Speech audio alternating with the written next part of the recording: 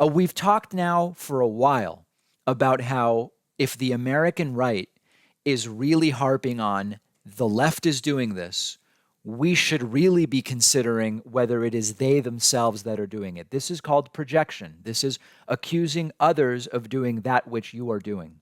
And when it comes to free speech and cancel culture, the right has been making a living, in some cases, literally making a living when it comes to some of these right-wing media outlets by saying the left wants to cancel anybody they don't agree with, and the left wants to take away your free speech. We have a fascinating but disturbing new report about the book ban effort. And book ban efforts have hit their highest level in at least 20 years. And it is not the left that is doing it. It is the right that is trying to do it. So we are going to look at this report from the American Library Association. It was released earlier this week. The report found over 700 challenges to library, school, and university materials in 2021. This is the most since at least 2000. The ALA has only been tracking such efforts since the year 2000. So we can say it's been at least 20 years, but maybe more.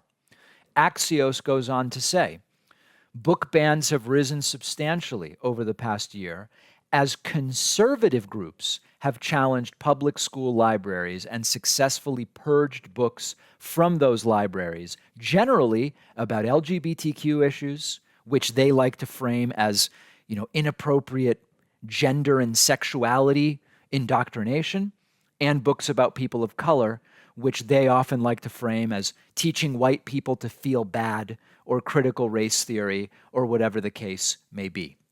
Now, there's a bunch of different important elements to this that we need to talk about. First is, again, and I'm going to say this a bunch of times, this is right-wingers.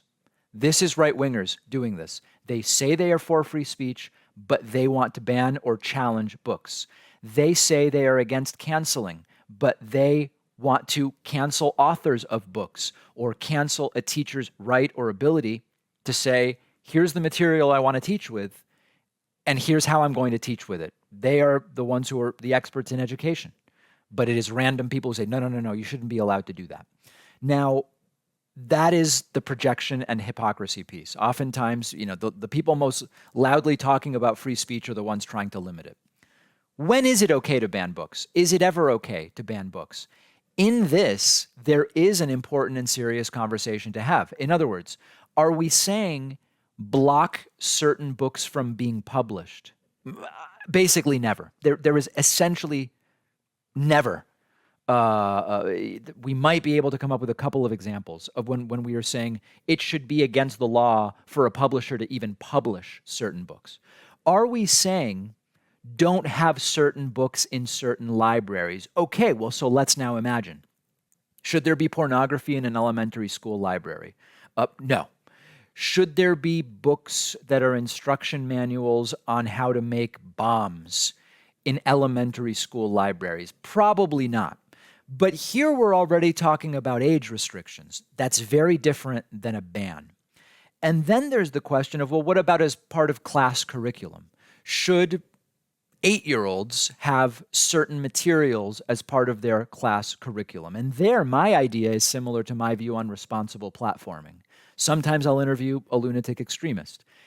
We used to interview the people from that Westboro Baptist Church, and we would get emails sometimes from people saying, you shouldn't have these people on because you're platforming them. And my response was, responsible platforming means I've determined the views are worth exposing, and I feel equipped to make it clear that the views are disgusting. And that was the difference between some of the interviews I would do and some of the ones that you would see elsewhere. Similarly, I would apply the same kind of test when it comes to school curriculum. I understand saying, we don't want teachers teaching Hitler's Mein Kampf unless they are equipped to teach it correctly and to teach it in a way that makes it abundantly clear that these are the disgusting views of a xenophobic authoritarian maniac who had 6 million Jews killed. It starts to get more complicated. There's not one answer. But the point here is we are not saying ban the book. We are not saying burn the book.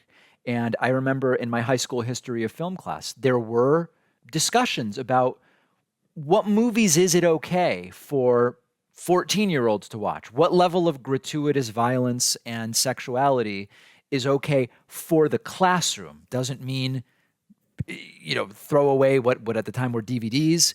Doesn't mean don't allow parents to watch. But there were questions like, what is appropriate for 14-year-olds to watch in school? It's a fair question. Is it too sexually explicit?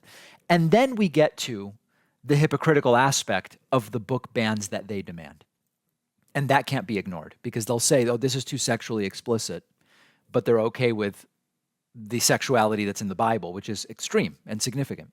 They say this is too violent, but they're okay with all of the violence in the Bible. They make exceptions there. So the hypocrisy is a major component.